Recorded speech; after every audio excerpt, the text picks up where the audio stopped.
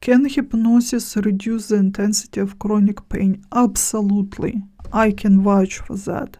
I injured my back, my spine, when I was a speed skater. That's when I was very young. I was in sports school, speed skating, and, well, I actually had many injuries. It's a very traumatic sport. I fell on my back so badly. One of the discs moved, and I even couldn't walk for a while. And then I struggled for a long time with excruciating pain. But what I've learned from my own experience, pain is not your enemy. This is your guide, your teacher, and you need to befriend it. If you have a chronic condition where you're experiencing pain all the time, every day it tries to tell you something.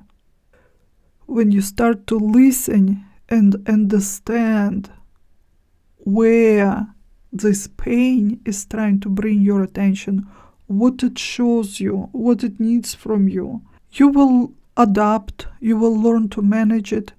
But the most important thing, it will show you what you are doing wrong in your life and what you should be doing. This is your guide. Again, this is not a theory. This is what I'm living myself. My injury created irreversible harm. It's not fixable, but I had to adapt, and I had to learn to live in the way it would be the least painful. My pain taught me so much.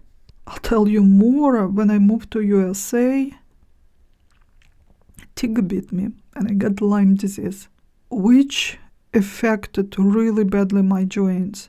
I was so sick and in constant excruciating pain. I would just pass out randomly throughout the day, like a couple times. It was normal. I remember going to see a doctor. I don't know how I drove there on my own, but when I needed to sign some form, I couldn't even hold the pen because my fingers were so swollen and so much pain. I couldn't hold the pen. I couldn't sign it. And that experience taught me to become even more adaptable, knowing that only so much energy I have, and if I push too hard, then I'll need days to recover. I had to become strategic, plan carefully, and I had to protect myself from the things and mostly people who drained me, who wasted my time, who overstepped boundaries. That pain taught me to eat better, smarter, because I know if I overeat sugar, my joints will inflame instantly and I'll be in pain for a few days. I know if I don't get enough rest, my body will not be able to recover. A deep sleep is needed for that. Then I'll be in pain for a few days. And I know now that if I put on myself too many responsibilities that don't belong to me, when trying to help others, my back will instantly give in. Back pain, this is psychosomatics. If you are carrying responsibilities that you resent, responsibilities of other people, if you're doing something others should be doing for themselves, this is when you have a back pain. Anyway, to answer your question, yes, hypnosis can be wonderful for managing pain.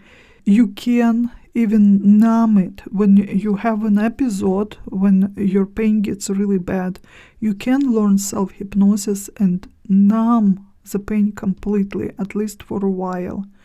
Well, if you have to, you can do it over and over and over. But even more important, hypnosis can help you to deal with the things that trigger or exaggerate your pain in the first place. Next, will hypnotherapy help with emotional aspects of living with chronic condition? Absolutely.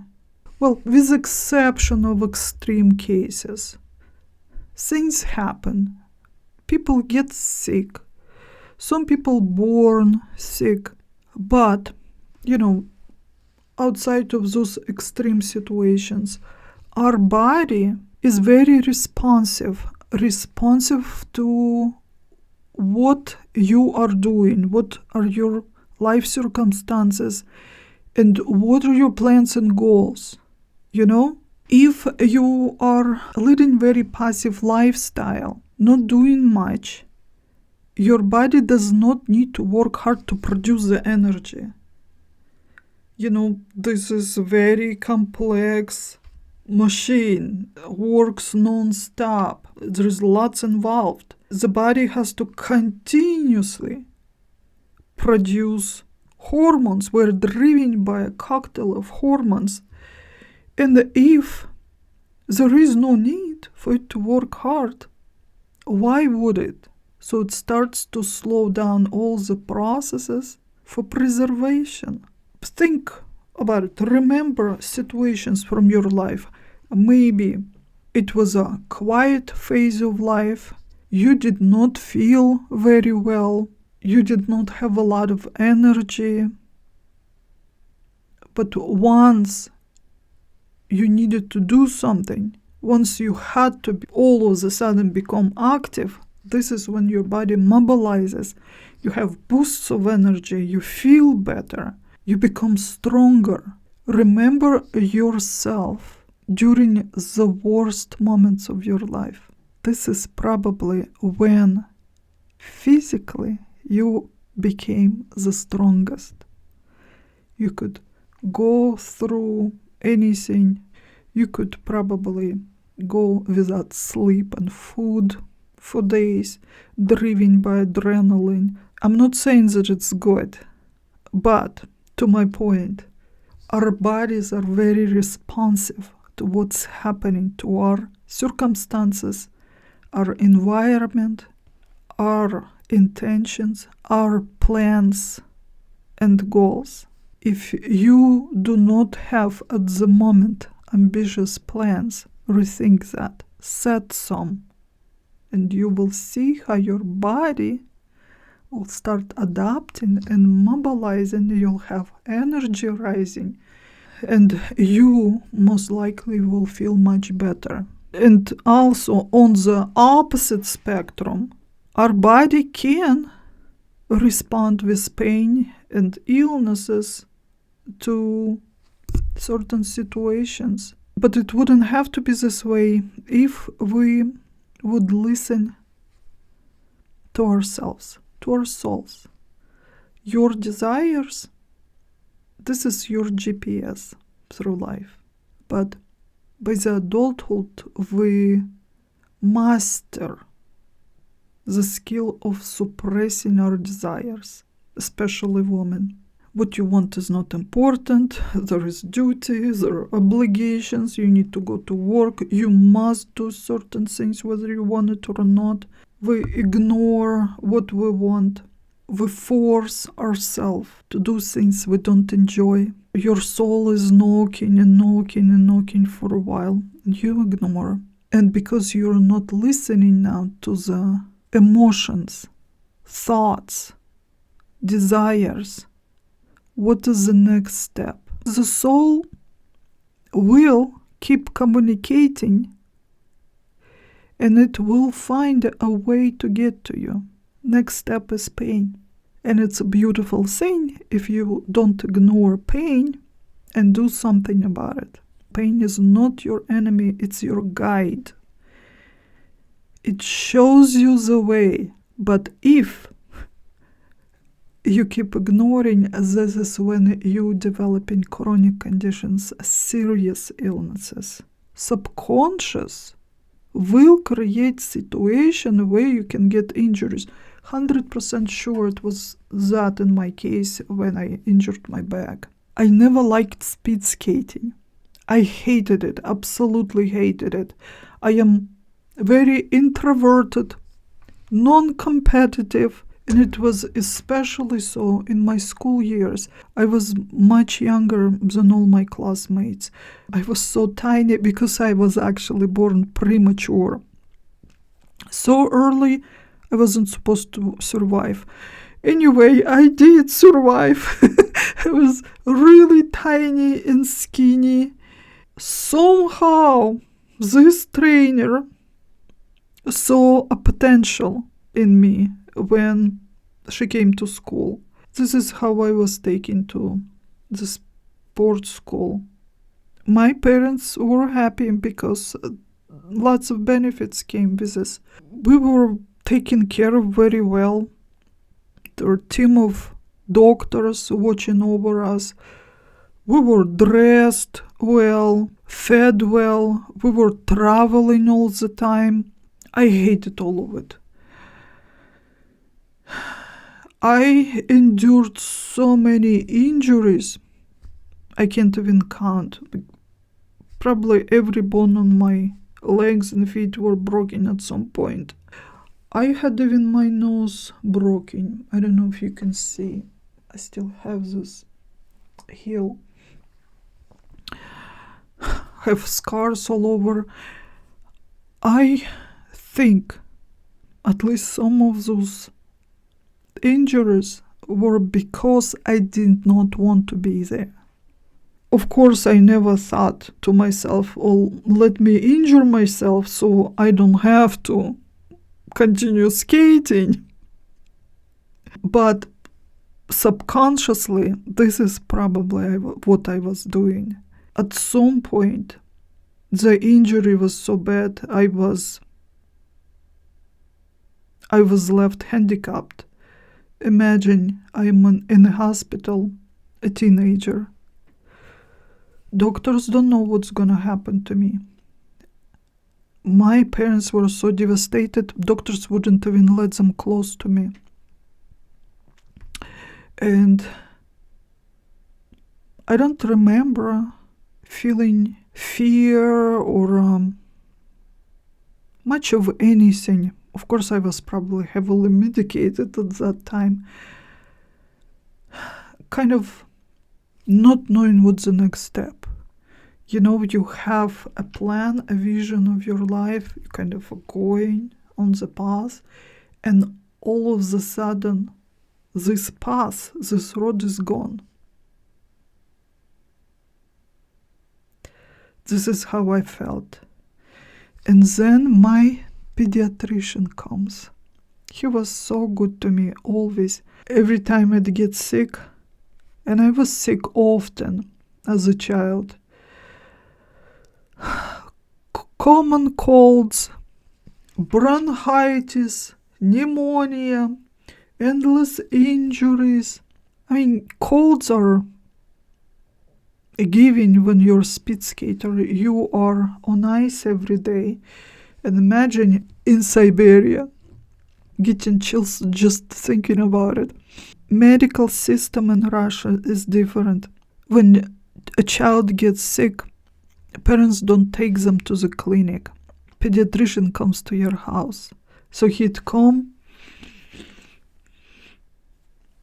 and I remember my mom would always like, how long will it take her to get better? She needs to go back to school. She has competition coming. And he always told my mother, this sports is hard. It's not for girls. She's not fit to go on ice. And he always gave me a few extra days to stay home. So when I injured my back, that was, I think, maybe 3 days later after that happened. He came to the hospital. I remember it so well. He looked me in the eyes and said, well, Guzalia, now you don't have to skate. You can do anything you want. And this is when I decided I'm going to be fine. You see, this is a therapeutic session for me too.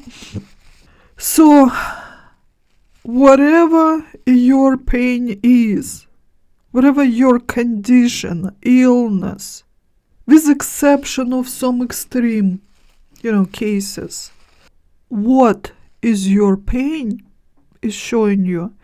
What is your condition is protecting you from. What's happening in your life, in your environment, in your family, relationships, or maybe in your work. What is so horrible there that you had to create your condition in order to deal with it? Be honest with yourself. This is crucial. And then you'll have to find a more mature, healthier way to deal with this situation. Is this a job that is killing you? How can you change it? How can you get yourself out of it?